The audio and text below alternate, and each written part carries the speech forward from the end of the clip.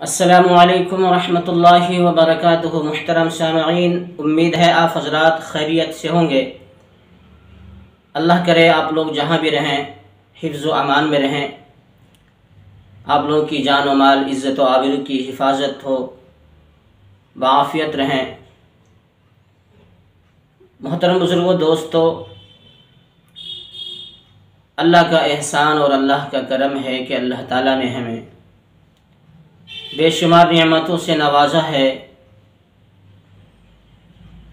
کبھی چھوٹی چھوٹی تکلیف پر ہم لوگ اللہ تعالیٰ کی ناشکری کر دیتے ہیں۔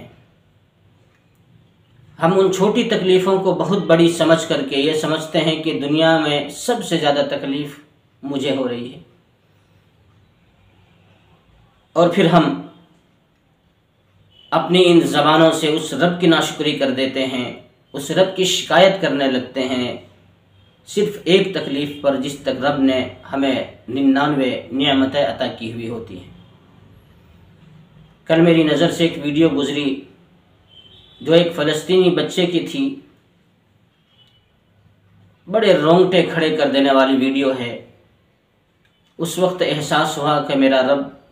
کتنا باکمال ہے، کتنی نعمتوں سے ہمیں نوازا ہے، جن نعمتوں سے بہت ساری جگہوں پر لوگ محروم ہیں، اور پھر بھی وہ شکر گزاری کرتے ہیں۔ ایک ہم ہیں جو نعمتوں کے باوجود ناشکری کے گانے گاتے ہیں، اور ایک وہ ہیں جو اپنی بربادی پر بھی اللہ کا دامن نہیں چھوڑتے، مایوسی کو ہاتھ آنے نہیں دیتے، رب کے ساتھ امید سے وابستہ ہیں۔ پہلے ہم یہ ویڈیو دیکھتے ہیں، اس کے بعد ہم پھر انشاءاللہ بات کریں گے۔ تو چلیے دیکھیں ویڈیو۔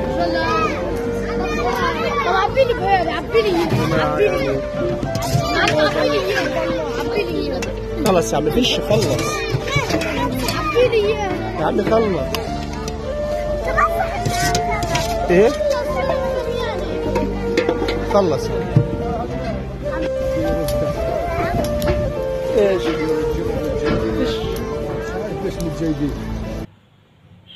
تو جی محترم بزرگوں، دوستو، آپ نے ویڈیو دیکھا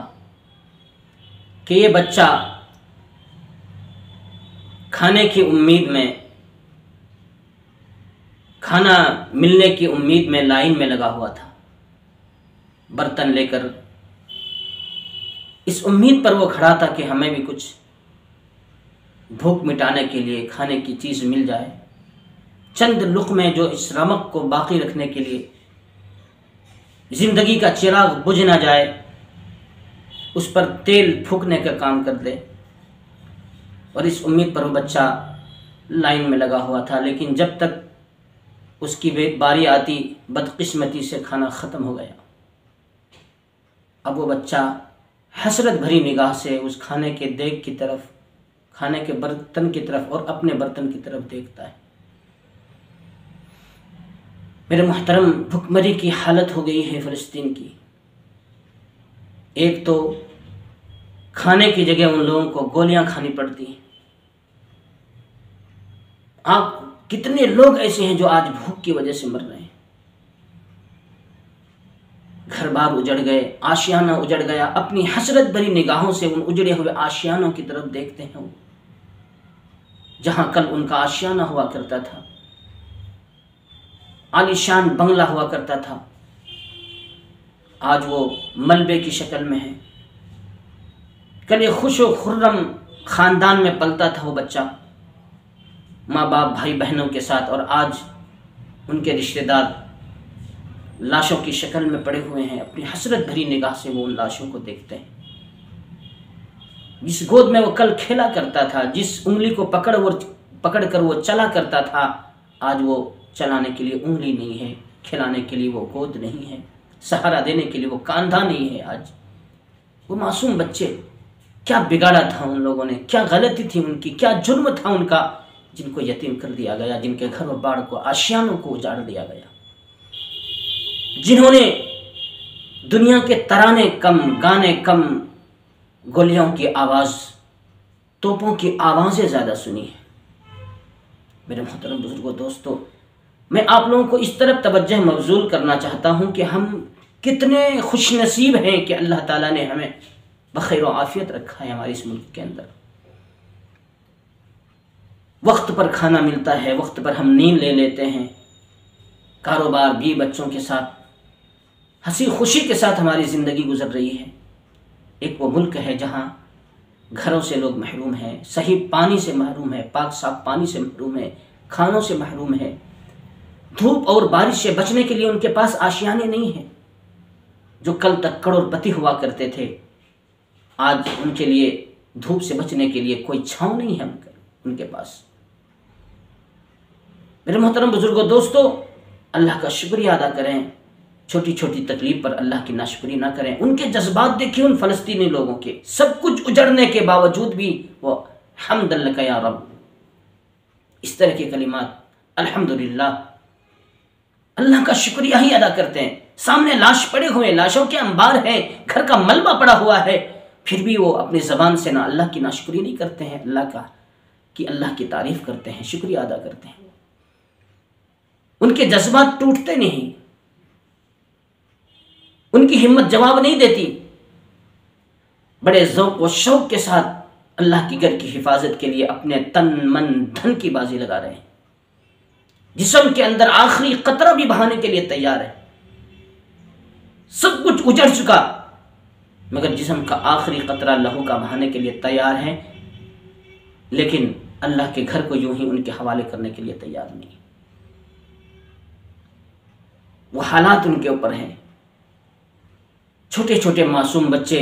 جن کی خوشیوں کو چھین لیا گیا، کچل دیا گیا، ہنستے ہوئے کھیلتے ہوئے پریوار کو ان لوگوں نے اجاڑ دیا، ان کے چہروں سے وہ خوشیاں چھین لی ان لوگوں نے، ان کا بچپنا چھین لیا، ان کے بچپنوں کی جو مستیاں، ان کے بچپنے کی جو خوشیاں تھیں، کھیلتا ہوا بچپن سب چھن گیا ان لوگوں کا۔ اس کے باوجود وہ بچے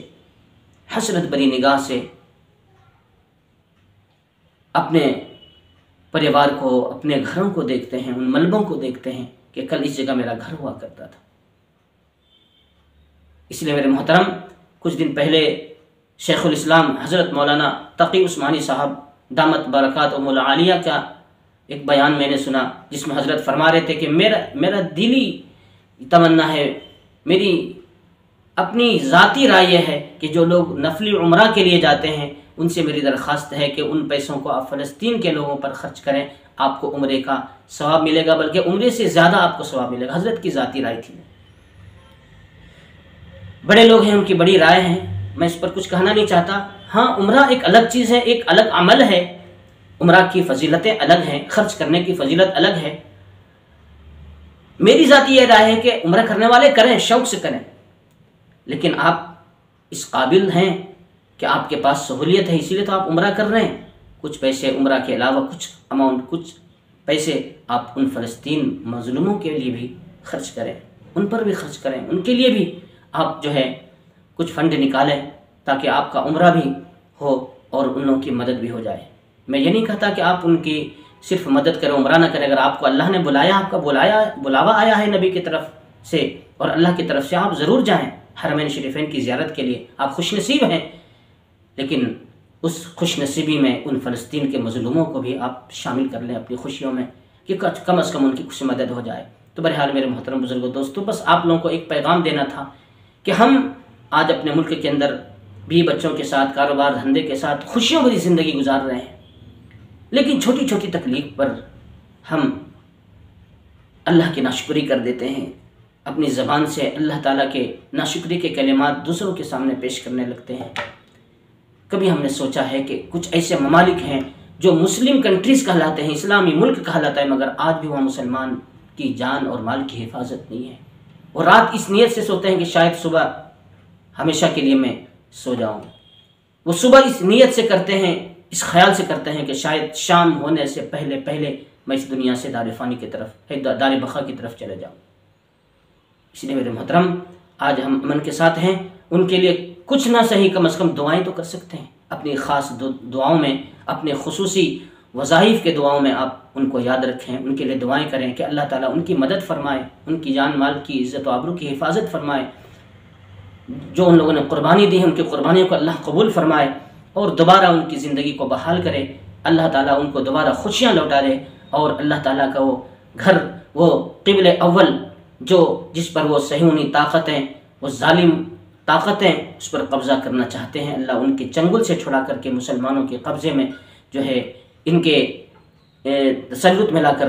اللہ تعالیٰ جما دے۔ بس یہی دعا ہے اور آپ لوگوں سے دعا کی درخواست ہے، اللہ تعالیٰ آپ لوگوں کی ساری تمنائیں پوری فرمائے۔ وآخر دعوانا ان الحمدللہ رب العالمین۔ اگر باتیں اچھی لگی ہو تو دعاؤں سے نوازیں اور اس چینل کو سبسکرائب کریں، شیئر کریں۔ اللہ تعالیٰ آپ لوگوں کو جزائے خیر عطا فرمائے، آمین یا رب العالمین۔